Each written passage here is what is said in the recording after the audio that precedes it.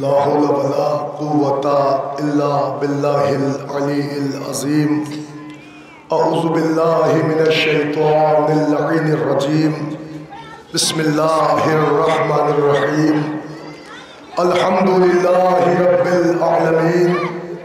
الصلاة والسلام والتحية والإكرام على النبي المكي المدني القرشي الغربي الأمي البطحي الهاشمي سيدنا ونبينا وشفيعنا وحبيبي قلوبنا وطبيبي نفوسنا ومولانا ومولى الثقلين جد الحسن والحسين أبي القاسم محمد صلى على محمد وعلى أهل بيته الطيبين الطاهرين المعصومين المظلومين المنتجبين المنتخبين ولعنة الله على أعدائهم ومنكري فضائلهم ومصائبهم وجلالتهم وسخاوتهم وعظمتهم وعطشهم ومحافلهم ومجالسهم وذكرهم وحقهم وبيانهم أجمعين من الآن إلى قيام يوم الدين. أما بعد فقد قال رسول الله صلى الله عليه وآله وسلم بسم الله الرحمن الرحيم حسین منی وأنا من الحسین. حضرات گرامی قدر، عزاداران حسین مظلوم کربلا، ماتمداران غازی ابو الفضل عباس علیہ السلام، عزیزو آپ کے علم ہے کہ ہر سال کی طرح ان سال بھی 40 امام حسین کے سلسلے سے جو عزائے امام حسین کا اہتمام ہوتا آیا ہے، الحمدللہ اس برس بھی یہ سلسلہ جاری و ساری ہے. اس خدائے حسین کا لاکھ لاکھ شکر ہے کہ جس نے ہماری کاسہ حیات میں اس بار بھی غم حسین رکھا، ورنہ ہماری اس حیات کا ایک پل کا بھی بھروسہ نہیں ہے کہ ہم رہیں یا نہ رہیں، یہ غم ہمیں ملے یا نہ ملے.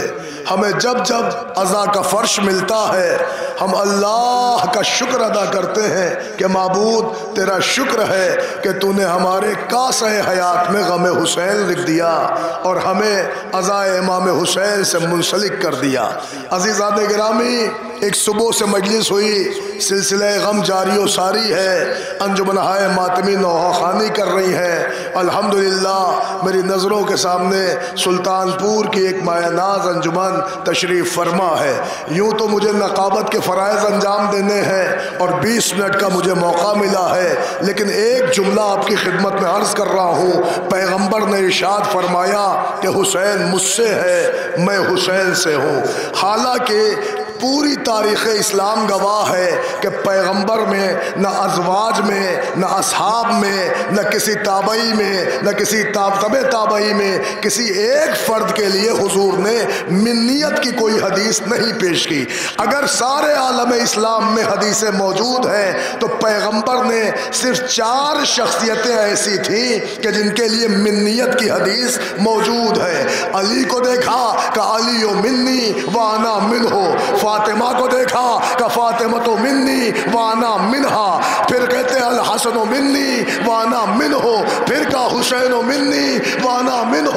اب سمجھ میں آیا کہ پوری کائنات میں 4 شخصیتیں ہیں کہ جن سے رسول نے اپنے کو جوڑا، ان کو اپنے سے جوڑا اور ان سے اپنے کو جوڑا. اب پوری کائنات اٹھا کے دیکھ لیں، سارے عالم اسلام میں اگر کوئی مسلمان ہے تو وہ اس لیے ہے کیونکہ اس نے کلمہ رسول کا پڑھا، شریعت رسول سے لی، دین رسول سے لیا، امر رسول سے لیا، نہیں رسول سے لیا، احکام رسول سے لیا، اخلاق رسول سے لیا.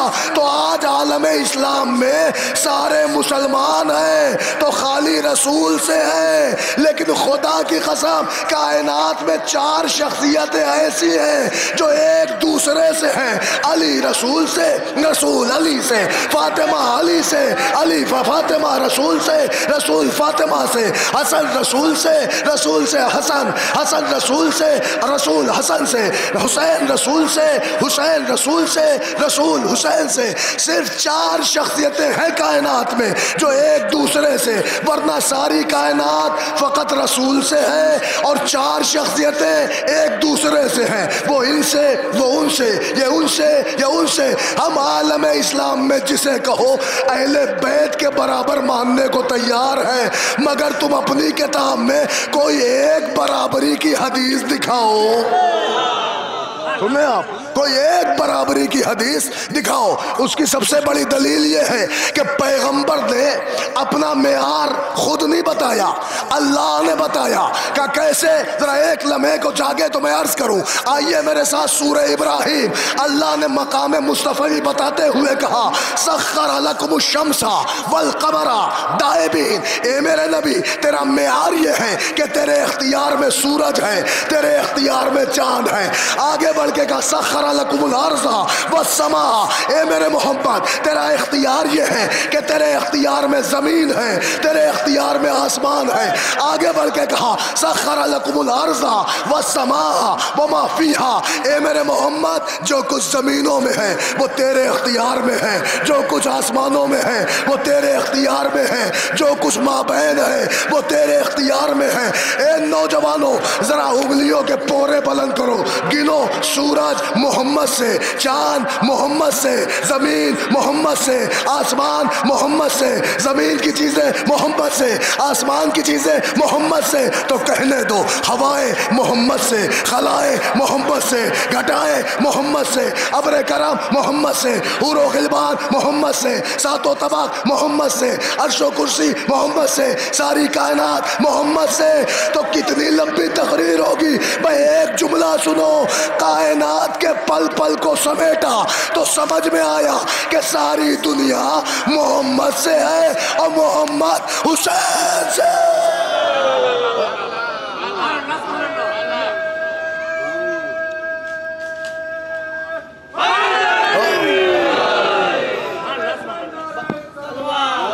صلی علی محمد وآل بھیا زندہ باد،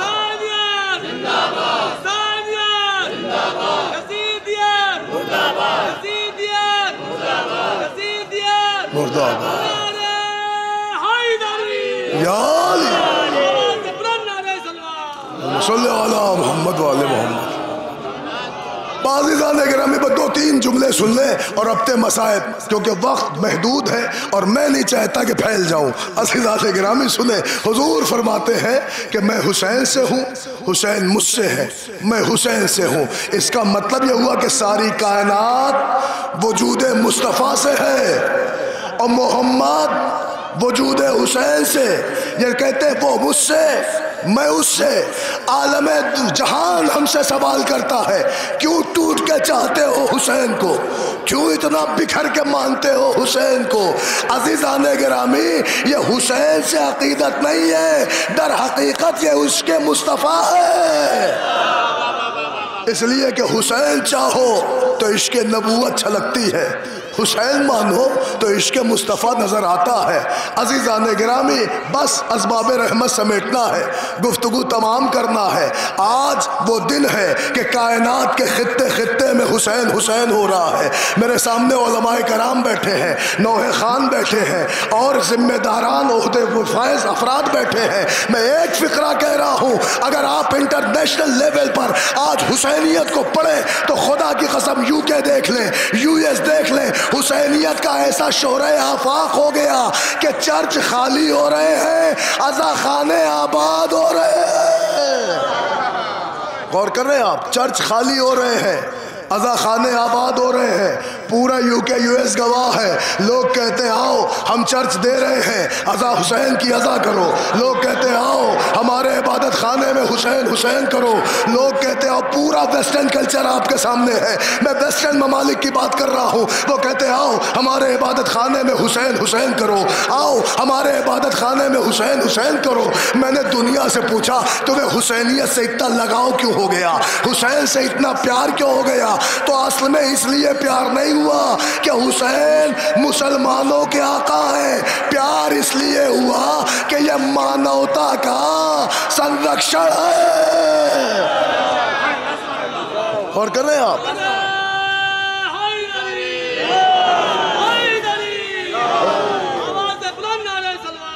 صلی علی محمد والے محمد.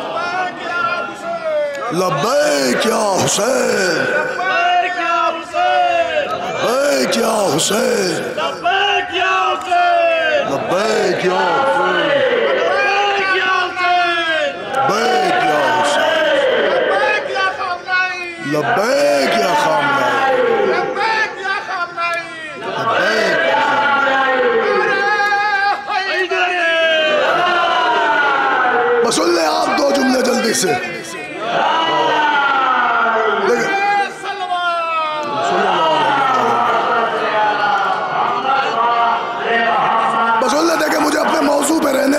اپنے موضوع پہ رہنے دیں اور وقت کا خیال کرنے دیں. بھائی اشارے اشارے میں بات پہنچا لے جاؤں تو اس کا مطلب یہ ہوا کہ آج ساری کائنات میں حسینیت آباد ہے, زندہ جاوید ہو گئی ہے. لوگ کہہ رہے آؤ ہمارا عبادت خانہ لے لو, حسین حسین کرو. آؤ ہمارا عبادت خانہ لے لو, حسین حسین کرو. ہم نے پوچھا حسینیت سے لگاؤ کیوں ہے؟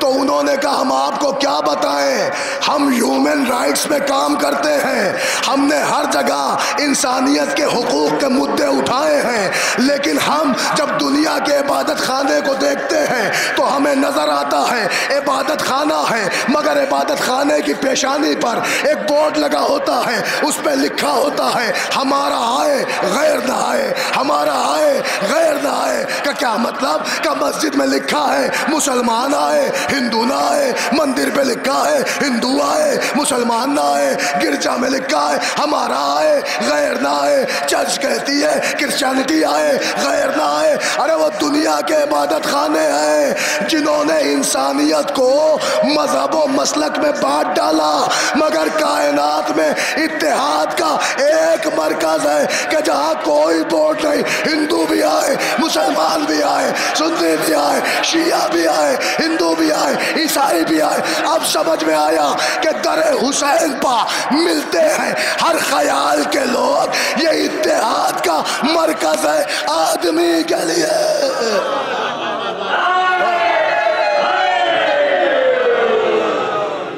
اور فرمائیے گا در حسین پا ملتے ہیں ہر خیال کے لوگ, یہ اتحاد کا مرکز ہے آدمی کے لیے. عزیزان گرامی, کیا سنی ہو کیا شیعہ, کیا ہندو ہو کیا مسلمان, آج کائنات کے ہر خطے میں امام حسین کو یاد کیا جا رہا ہے. میں عرض کروں آپ کی خدمت میں, آپ پوری صوفیزم کو پڑھ لیں, آپ چلیں میرے ساتھ کہ چوچا شریف اجمیر شریف سے لے کر پوری صوفیزم کی تاریخ دیکھ لیں. خدا کی قسم تسبیح سال بھر جپنے والے آج حسین جپ رہے ہیں. غور کر رہے ہیں آپ عزیزان گرامی, اربعین حسینی ہو رہا ہے. آپ نظر اٹھا کے دیکھیں, آپ بتا نہیں سکتے کہ اس میں سنی کون ہے, شیعہ کون ہے, ہندو کون ہے, مسلمان کون ہے, کرسچن کون ہے, یہود کون ہے. جب آپ نگاہیں اٹھا کے دیکھیں گے تو اس کا مطلب یہ ہے کہ کربلا دیکھ کے لگتا ہے کہ وہاں مذہب و مسلک کی دیوار گر گئی ہے اور حسین کی انسانیت کی دیوار اٹھ گئی ہے. ہر کوئی آج حسینی بن کے آیا ہوا ہے. الحمدللہ لائق صد افتخار ہیں وہ افراد جنہوں نے اپنی بستی میں اربعین امام حسین کا اہتمام کیا. لیکن شاہ دیوید کے مومنوں, سیدوں, میں تمہارے آگے ہاتھ جوڑ کے کہتا ہوں نوجوانوں, دیکھو یہ حسین کے ظاہر تمہاری بستی میں آئے ہیں. یاد رکھنا کہ امام حسین کا پیغام تمہارے ذہن و دل میں رہنا چاہیے. کربلا میں حسین نے زمین خرید کے زمین ہبہ کر کے کہا تھا کہ یاد کرو جب ہمارے مہمان آئے تو انہیں تکلیف نہ ہونے دینا. نوجوانوں ظاہر ہے دور دراز سے پورا مجمع آیا ہے اور لوگ جوک در جوک چلے آ رہے ہیں. ہاتھ جوڑ کے کہہ رہا ہوں کسی کی دل آزاری نہ ہونے پائے. ہر آنے والے زائر کے لیے گھر کھول دینا, کہنا آؤ تم ہمارے حسین کے مہمان ہو. عزیزان گرامی, مجھ سے عظیم بھائی نے کہا کہ کچھ تبرکات ہیں ان کی نقابت کر دیں, اسی واسطے آپ کی تقریر یہی ہے. میں نے کہا میں حاضر ہوں کہ امام حسین کے غم میں ہمیں لب کھولنے کا موقع مل جائے. ہماری اتنی دعا ہے کہ مادر حسین ہماری حاضری قبول کر لے, مادر حسین آپ کی حاضری قبول کر لے. بس عزادارو آپ کی خدمت میں عرض کروں, میں نے پوچھا بھائی تبرکات میں کیا ہے؟ انہوں نے پہلا لفظ کہا ہے عباس غازی کا علم. سن لو جملہ, وہ شاید چند فقرے سن لو. غازی کا علم آئے تو کھڑے ہو جائیے گا, آمادہ ہوئیے گا, بوسے لے لیے گا, دعائیں کر لیے گا. اس لیے کہ غازی کے جہاں بڑے القاب ہیں وہاں ایک لقب ہے میرے سرکار کا, باب الحوائج, حاجتوں کے دروازہ ہے عباس غازی. دعائیں پوری ہوتی ہیں. دیکھیں شاید آپ نے یہ واقعہ سنا ہو, لیکن میں آپ کی خدمت میں یہی واقعہ پڑھ دوں, یہ معجزہ پڑھ دوں, اسی پہ مجلس تمام ہو جائے گی اور عباس غازی کا علم آ جائے گا. عزادارو سنو گے معجزہ. لکھا ہے کہ شہر ایران میں ایران ملک میں ایک شہر تھا. اس شہر میں عباس کی مجلسیں ہوتی تھیں, محرم منایا جاتا تھا. ایک دن ایک ضعیف باپ نے, اپاہج باپ نے, جس کا پیر شل ہو چکا تھا, جو پیروں پہ کھڑا نہیں ہو سکتا تھا, وہ اپنے گھر میں بیٹھا بیٹھا ایک منظر دیکھتا ہے. کیا دیکھتا؟ اس کا نوجوان بیٹا آمادہ ہوا, تیار ہوا, کپڑے پہنے, اور جیسے ہی آمادہ ہو کے باپ کے سامنے آیا, ضعیف باپ نے لرز کے کہا میرے لال خیر تو ہے, کہاں کا ارادہ ہے؟ جوان بیٹے نے کہا بابا آپ کو نہیں پتا آج محرم کی 8 تاریخ ہے, ہم عباس غازی کی مجلس میں جا رہے ہیں. کہ کیا ہوگا وہاں؟ کہ وہاں چھوٹے حضرت کا علم برآمد ہوگا. کہ میرے لال کیا میں بھی چلوں؟ کہ بابا آپ وہاں کہاں جائیں گے؟ وہاں عباس غازی کا علم نکلتا ہے. سارے نوجوان حلقہ ماتم سجاتے ہیں, دونوں ہاتھوں سے واہ عباسا کا ماتم ہوتا ہے. آپ ضعیف العمر ہیں, پیر سے اپاہج ہیں, آپ وہاں کہاں جائیں گے؟ باپ مایوس ہو کے بیٹھ گیا. لیکن جب بیٹا گھر سے نکلنے لگا تو اس نے مڑ کے بابا کا چہرہ دیکھا تو آنکھوں میں آنسو تھا. بیٹے کو ترس آیا. کہا بابا کیا جانے کی تمنا ہے؟ کہا میرے لال مجھ ضعیف کا وہاں کیا کام, وہاں تو جوانوں کا کام ہے, دونوں ہاتھوں سے عباس کے علم پہ ماتم کریں گے, میں وہاں کیا کروں گا؟ تو بابا رو کیوں رہے ہو؟ کہ رو اس لیے رہا ہوں کہ کم از کم پیروں سے مجبور ہوں, آنکھوں سے نہیں. سنا فقرہ آپ نے؟ پیروں سے مجبور ہوں, آنکھوں سے نہیں. میں پیروں پہ کھڑا ہو کے ماتم تو نہیں کر سکتا, مگر اپنے غازی کے عالم کی زیارت تو کروں گا. سننا میرے بزرگوں, اور جو دعائیں مانگنا ہے مانگ لیے گا. کہ میں پیروں پہ کھڑے ہو کے ماتم تو نہیں کر سکتا, مگر کم از کم آنکھوں سے عباس کے علم کی زیارت تو کروں گا. بیٹے کو ترس آیا. جوان بیٹے نے اپنے ضعیف باپا کو حمل کیا اور بابا کو لے کے مجلس میں آیا. مجلس ہو رہی تھی, عزا خانے کی دیوار پہ باپ کو تکیہ کر کے بٹھال دیا. کہ بابا آپ یہی بیٹھے, ابھی علم آئے گا, جوان حلقہ ماتم سجائیں گے, عباس کا ماتم ہوگا, آپ یہی ٹھہر جائیں. باپ بیٹھ گیا. اتنے میں مجلس تمام ہوئی, عباس کا علم برآمد ہوا. سارے نوجوان جذبات میں ڈوب کے کھڑے ہو گئے. حلقہ ماتم سجا, جوانوں نے دونوں ہاتھ سے سر و سینہ پیٹا, واہ عباسا. کہ اتنے میں جو ضعیف باپ دیوار پہ تکیہ کیے اپاہج بیٹھا تھا, اس سے برداشت نہ ہوا, وہ بیٹھے بیٹھے ماتم کر رہا تھا, روتا جا رہا تھا. ایک مرتبہ جوانوں کا حوصلہ دیکھ کے, رو کے, علم دیکھ کے کہتا عباس غازی اگر آج میرے پیر سلامت ہوتے تو میں پیروں پہ کھڑا ہو کر آپ کے ماتم کرتا. یہ فقرہ کہہ کے ضعیف رونے لگا. رویا تو آنکھیں بند ہوئی. آنکھیں بند ہوئی تو کیا منظر دیکھا, ایک گھڑ سوار نگاہوں کے سامنے کھڑے ہیں اور آن کے کہتے ہیں بھیا جب سب کھڑے ہو کے ماتم کر رہے ہیں تو تو بیٹھ کے کیوں کر رہا ہے؟ اس ضعیف نے رو کے کہا میں اپاہج ہوں, میرے پیر شل کر گئے ہیں, میں کھڑا تو ہو نہیں سکتا, لہٰذا بیٹھ کے اپنے عباس کا ماتم کر رہا ہوں. کہ کس کا؟ کہ اپنے آقا کا ماتم کر رہا ہوں, عباس کا. گھڑ سوار نے کہا اچھا عباس کا ماتم بیٹھ کے کر رہا ہے تو چل اب کھڑے ہو کے ماتم کر. اس نے کہا نہیں میں اپاہج ہوں, میں کھڑا نہیں ہو سکتا. کہ لیکن میں کہہ رہا ہوں ارے آپ کو نہیں پتا سب سے پوچھے میں پیروں پہ کھڑا نہیں ہو سکتا. اس نے کوشش کی پھر بیٹھ گیا.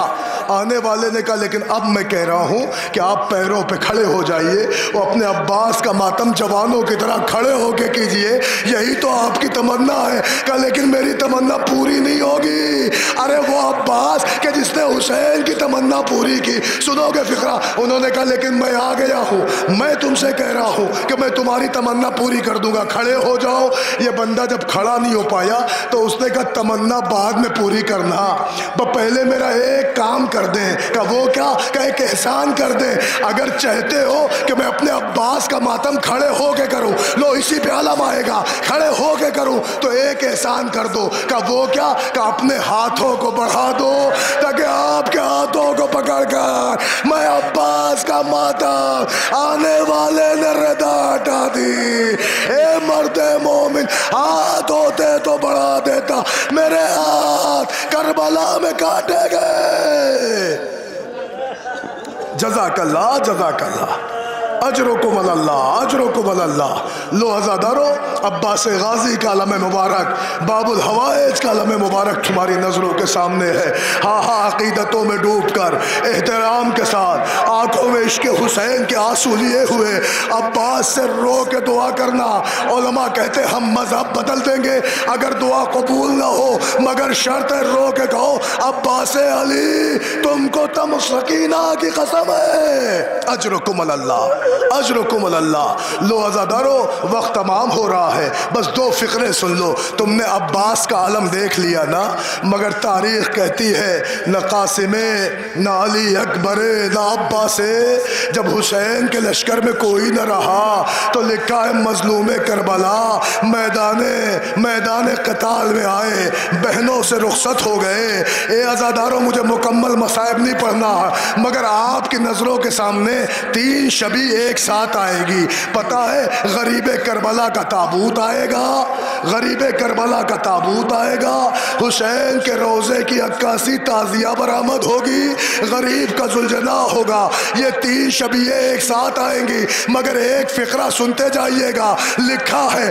غریب نے بہن کو سلام کیا, زینب تم پہ حسین کا سلام, رقیہ حسین کا سلام, اے ماں کی بوڑھی کنیز فضا تم پہ بھی حسین کا سلام. سب کو رخصت کر کے حسین اب جو میدان قتال میں آئے تو لکھا ہے کہ حسین جنگ کر رہے تھے. کوئی کہتا قاسم کا واسطہ رک جاؤ, اکبر کا واسطہ ٹھہر جاؤ, عباس کا واسطہ رک جاؤ. حسین روتے جاتے تھے, کہتے تھے ظالمو میرے اکبر کے سینے میں برچھی کا پھل اتارا, مجھے روکتے ہو, میرے چاند سا قاسم کو پامال کر ڈالا, مجھے روکتے ہو. حسین جنگ کرتے جا رہے تھے کہ ایک آواز غیبی آئی, یا ایتھا النفس المطمئنہ ارجعی الی ربک راضیۃ مرضیہ. غریب زہرا نے تلوار رکھی, باغی ہوئی فوجیں سمٹی, ایک نے دائیں ہاتھ پہ تلوار, دوسرے نے بائیں ہاتھ پہ تلوار, سینے پہ برچھی, پیشانی پہ نیزہ, شمر کا خنجر چلا, فضا میں آواز الا قتل الحسین بکربلا, الا ذبح الحسین بکربلا. اے عزادارو, ذوالجناح آگے بڑھا, ذوالجناح نے اپنی پیشانی خون حسین میں تر کی, سوئے خیام بڑھا. اب جو بیویوں نے دیکھا باغیں کٹی ہوئی, زین ڈلا ہوا, ارے بچے لپٹ گئی. اے ذوالجناح وقت شہادت میرے بابا نے پانی پیا تھا یا میرے بابا کو پیاسا ذبح کر ڈالا گیا. اجرکم اللہ, اجرکم اللہ. لو عزادارو, نگاہیں اٹھاؤ اور ذرا دیکھو آگے آگے حسین کی سواری ہے اور پیچھے پیچھے وہ زخمی ذوالجناح کا منظر ہے کہ جو بعد حسین سکینہ کے پاس آ کے کہہ رہا تھا بی بی تو یتیم ہو گئی, بی بی تیرا بابا مار ڈالا گیا. اللہ اکبر, ہائے ہائے غربت حسین. اب سنو, بس عزادارو مجلس تمام ہے, تبرکات کی برآمدگی ہو گئی, بس ایک تبرک ہے, ایک تبرک.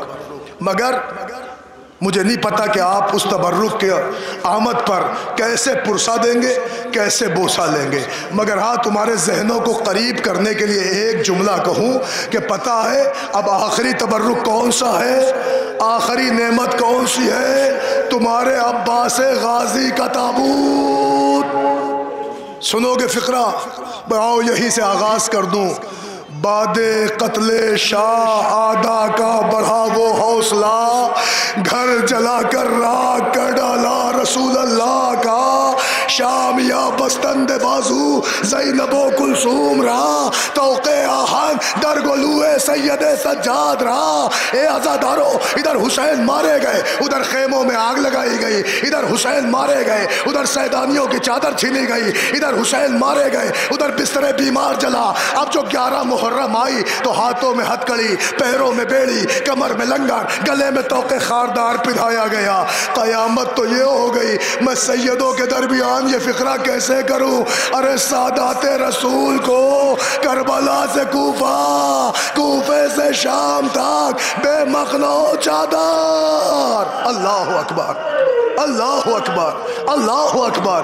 اتنا پھرایا گیا ہے، اتنا دوڑایا گیا ہے کہ روایت کا فقرہ ہے وہ تمہاری آقا زادی، وہ تمہارے مولا کی بڑی بیٹی، وہ جناب زینب کبریٰ، سنو گے جملہ لکھا ہے اس بی بی کی غربت کی انتہا نہ رہی، اتنا کھڑا رکھا گیا تھا کہ زینب راہ کوفہ و شام میں ایک ایک مقام پر 16 اذانیں۔ اللہ اکبر۔ سنتی رہی علی کی بیٹی۔ بس ایک فقرہ سن لو، اسی پہ غازی کا تابوت آئے گا، مجلس تمام ہے۔ لکھا یہ بیبیاں قید ہو گئیں، 1 سال کی قید کے بعد جب رہائی ملی تو زینب شہزادی فرماتی ہیں سجاد میں اپنے بھیا کا چہلم کرنے کربلا جاؤں گی۔ سجاد غریب نے کربلا کی تیاری کی، لو لٹے ہوئے اہل حرم چلے، بھائی کا چہلم بنانے پہل چلی۔ اے عزادارو، وہ جو سال بھر نہ رو پائے تھے آج کربلا آ رہے ہیں۔ لکھا جیسے کربلا میں آمد ہوئی، بی بی زینب نے اپنے کو حسین کے جنازے پہ گرایا۔ اللہ اکبر۔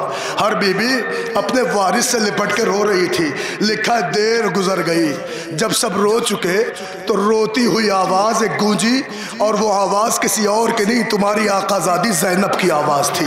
بھئی یہ فقرہ سنو، اسی پہ تابوت آئے گا۔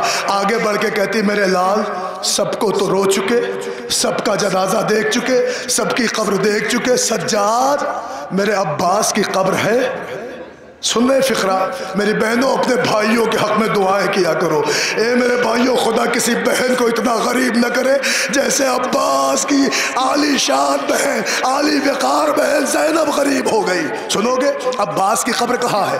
سجاد غریب نے کہا پھپھی اماں آئیے میرے ساتھ۔ لکھا ہے منظر کہ سجاد آگے آگے، زینب پیچھے پیچھے، امامت سر جھکائے آگے آگے، ام المصائب پیچھے پیچھے۔ لکھا ایک مقام پہ سجاد ٹھہر گئے، زینب نے یمین دیکھا، شمال دیکھا، دائیں دیکھا، بائیں دیکھا، آگے دیکھا، پیچھے دیکھا، رو کے کہا سجاد کیوں نہیں کہتا کہ عباس کی قبر نہیں بنی؟